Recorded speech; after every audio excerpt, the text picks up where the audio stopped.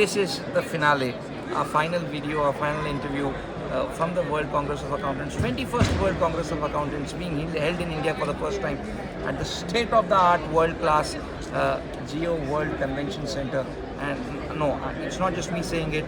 All participants, and even Mr. Gautam Adani said that this is a world-class convention center. With me, Vaibhav Manek, partner with KNAV India. Vaibhav, thanks so much for coming, because he's not just an accounting expert, he's expert in valuations, he's an expert investment banker. One of those few chartered accountants, one of those chartered accountants who can wear multiple hats, who wears multiple hats, multiple roles. Vaibhav, thanks for talking to us. We are going to be talking about the future of the profession. And when you look here, and I'll ask Nishchay to pan here, you have virtual reality there. We are. So, we've been talking metaverse, though there are skeptics as well. But Vaibhav, in terms of the scale of the function, I think it's been terrific. Oh, absolutely. I think to start with, Tarun, this is something path-breaking. I think India has lifted the bar. All the previous congresses, the one in Sydney 4 years back and the one before, I think while there was a lot of talk on future, etc., I think this one, in terms of the scale, the infrastructure, the quality of participation, some of the technical papers that were presented, and some thought-making ideas certainly stands out. So I think we should all be going back very happy, very pleased, but most importantly with an agenda to transform the profession and transform the businesses that we all advise. That's easier said than done, Vaibhav. The profession has been grappling with challenges on the governance or on the audit failure front. And you had the regulatory pressure as well. You have a super regulator now. Why do we even call it a super regulator? Because NFRA has completely taken over the listed company space. So in many ways the institute's role is diminished. The institute is under pressure. You had the CA Amendment Act, you have the Finance Minister who is also in charge of the Corporate Affairs Ministry, Mrs. Nirmala Sitharaman, making it very clear that she in fact welcomes more institutes like this. So the institute too is under pressure and they'll have to change. There's no option. Change begins with all of us, Arun. If I have decided to be the practice of accountancy, and if I have decided to be signing balance sheets as an auditor, I need to pull up my socks. Let me first start with that. I don't think we are doing quality audits enough. I don't think we understood the concept of audit documentation till a few years back. If you look at the auditing standards, they have been there all years, for so many years, right?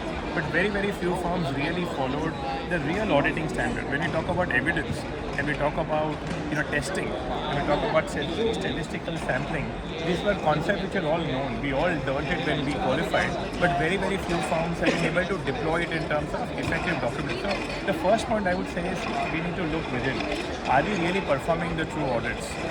We cannot be doing transactional vouching and expect that we will do an audit of a Vedanta or a Reliance or a Mahindra group in a right way. We would not be even capturing some of the key transactions. So the approach has to be am I using technology enough? Now when I say technology, not just tools, I have to understand the tools and I have to be able to come up with scientific sampling, scientific tests of evidence, and then really go and perform an audit. I saw one paper there on this show, and we can discuss that. KNAV paper, data-driven accounting practices. Absolutely. So it has to be AI-driven. There are amazing tools available which we can cover 100% of the transactions and still do the audit at a fraction of a time much more effectively. So if you're a pharma company, I would be concerned with auditing the sales returns, the provisions for chargebacks. These are areas which people don't even look at. They just look at revenue. Now, along with revenue is chargebacks and provisions for returns. Otherwise, you will never get it right. So the short point I'm making is NFRA was put on us because of audit failures. The government or even a stakeholder, even an investor is not going to accept financial statements which are not really true and fair, which are not unreliable, which one cannot place reliance on. So I would say, can we as the audit profession step up? That is point number one, using technology, using good audit processes. And I would say, just like we talk about rainmakers and we applaud business developers in the firms, good audits need to be applauded, they need to be rewarded.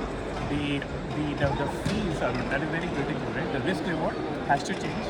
We can't be doing audit for a pittance, and I would say chartered accountants today, when you talk about the future, don't be in the audit profession. Focus on tax, focus on advisory, focus on consulting. If you want to be in audit, do only audit and be the best audit firm, and there is tons of work available. Don't try to be everything to everybody.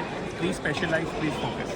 You have That's the way to do you have a football neck there. You have the cricket zone there. Yeah, yeah. The football World Cup has started in Qatar, and and you look at the commentary. We just had the T20 World Cup in Australia.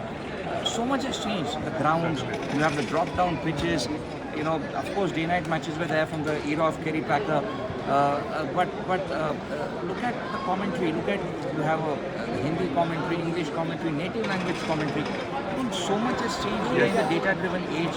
Vaibhav. But when you look at profession and the average, when I say average means a majority of professionals, I think there is still a feeling that the gulf between the Big 10, the Big 20 or the Big 40 and the remaining 50,000 practicing professionals, I think the gulf is increasing. And I talked to one of the executives of among the top conglomerates, Indian global conglomerates, and he also said that the disparity is quite. So, it's a mindset, Arun.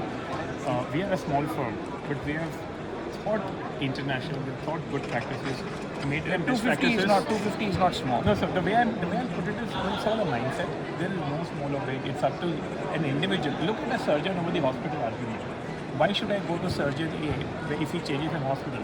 Because I trust that surgeon. It doesn't matter whether I'm wearing the hat of Lilavati or Beach Candy or Bombay Hospital. Similarly, if an individual excels in his audit profession or the tax profession or whichever way, people will seek him out. It doesn't matter which large or small you are in. But So it's all about scale is critical, right? Scale is Vaibhav? absolutely critical. Scale is critical. Scale will come around as a function of processes. And scale maybe did not matter as much when you were doing your articles 30 years back. Certainly, the rules of the game have certainly changed. Scale helps you to bring a lot of discipline, a lot of processes. You attract the right level of people. But again, one has to then start with the basics. Go back to basics. Do the right things. It's so important that we let go of things which are not right. We cannot stick to the old. Clients today expect a very high quality of service, timely service. Then you can get all of this falling. It's basically a conundrum, right? And for this conundrum, I think it's important that, especially to the youngsters in the profession, if you have chosen to be in the profession, do it the right way. Don't try to do everything. Pick up one or two areas and be the best at it. That is the way to go. And then when you want to add to your revenues, add to practice, pick up like-minded people. Convergence is the key. And I would certainly say that if good firms and good professionals come together with convergence, you can then add more practice here. But you keep your focus. 18 years back when I started covering the profession as a journalist, financial journalist at CNBC, we had roughly around 2 lakh members. We've almost doubled to 4 lakh in 15-20 years. What we required 50 years to do, those many members we've added in the last 15 years or so. Number one. Number two, the Big Four put together may not have had 5,000-6,000 employees at that time, or 5 to 10,000. Today the Big Four put together, or the Big 10 put together, are employing almost a couple of lakhs. Definitely more than a lakh. So it reflects the movement on the ground. Yes. The highlight of this Congress was a speech by Mr. Gautam Adani, who said that on Saturday, day 2, that Indian economy within the next decade will start adding $1 trillion to economic growth every 12 to 18 months. That sort of economic growth that we are targeting, I think all of us need to up our games. We can All be of us. we can be the biggest enablers to up this game. Sky is the limit. Keep the mindset to grow. Think about practice management and please follow some of those principles. They have been there for a reason. If you look at the US or the European landscape, there are firms which converge every single day. We need to have more like-minded people, trust the partners. This is a conference, this is a venue to do more networking, more friendships and make it big. I think if one has that vision, I think all of that enablement and really capturing the value that Mr. Adani or some of the larger seniors said, it's very much in our realms of things. So we close with, that's where it's going on. We are downstairs at the lobby exhibition level, and that's where the conference is going on.